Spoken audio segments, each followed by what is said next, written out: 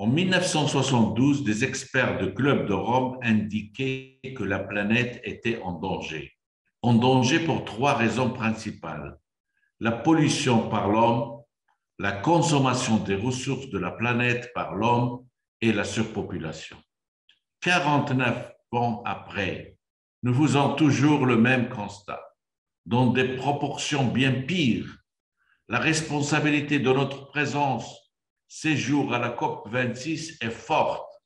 6 ans après les accords de Paris, hélas, les comptes n'y sont pas. Le slogan choisi par notre collectif pour cette COP est clair: plus d'ambition, plus d'action. Et c'est ensemble, unis par les réseaux, que nous pourrons atteindre des résultats encore plus impactants.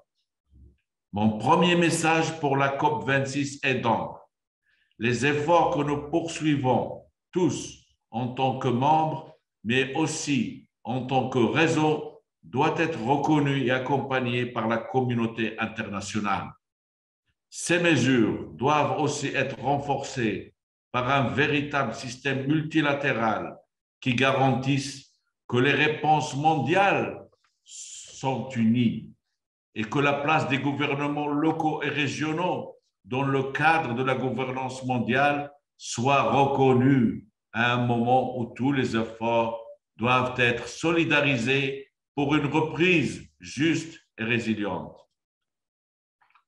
Notre collectif rassemblé au sein de la Global Task Force a toujours été prêt à relever l'ambition des politiques climatiques. C'est aussi dans ce sens que nous avons organisé des sessions où nous appuyons les dialogues Rasto Zéro et que nous appuyons la campagne des villes pour la neutralité carbone. Mon deuxième message, c'est donc la nécessité de renforcer la collaboration multiniveau pour des contributions nationales déterminées plus ambitieuses. Dans de trop nombreux pays, il n'y a pas d'association du niveau local ou régional aux NDCI.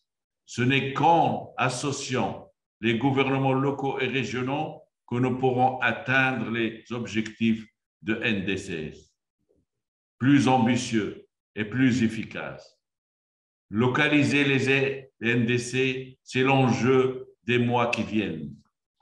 Mon troisième message, c'est que tout cela ne sera possible sans un changement profond de modèle de développement, de production, de consommation et de relation avec la nature.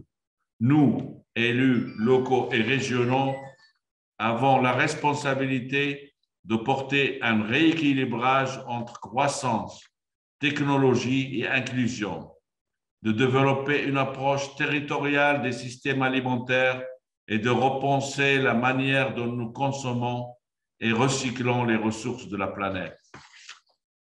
Je tiens à remercier les réseaux engagés pleinement au quotidien dans cette action climatique et pour la biodiversité. ICLE, Région 4, les C40, mais aussi toutes nos associations nationales et toutes nos sections régionales et tous les membres de la Global Task Force et de CGLU pour leur travail accompli avec force.